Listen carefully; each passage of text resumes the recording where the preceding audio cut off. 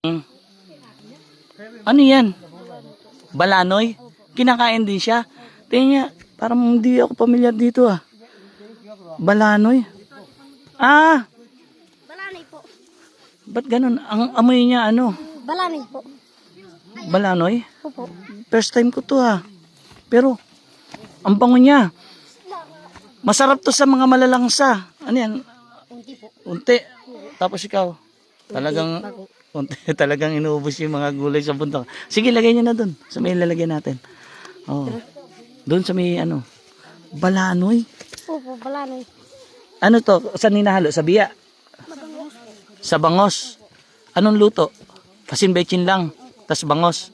Sige, susubukan. Kuha mo ako. Balanoy daw po. Alam niyo po ba to? Balanoy? Opo.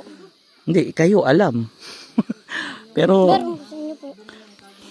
parang parang amoy pandan. Kamoy na ito. Salay. Salay. Kamoy na salay na. Ah, galing ah.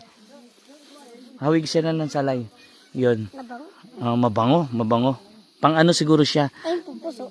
Puso ng saging? Ayan, yun na, huwag na yun.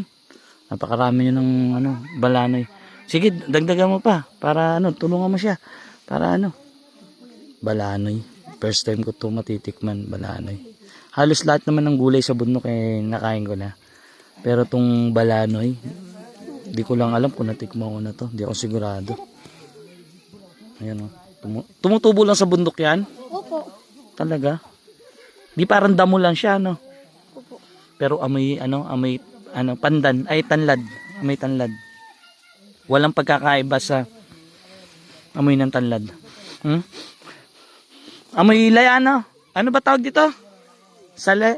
Salay. Salay. Amoy salay, no? Amoy ng salay.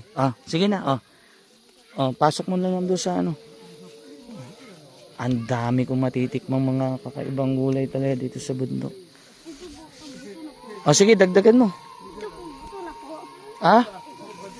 Ano yung buto? Ito po, buto na po. Ito yung buto. Kinakain din, hindi? Hindi. Hindi. Ito siya para dumami. Opo. Ito yung magulang na.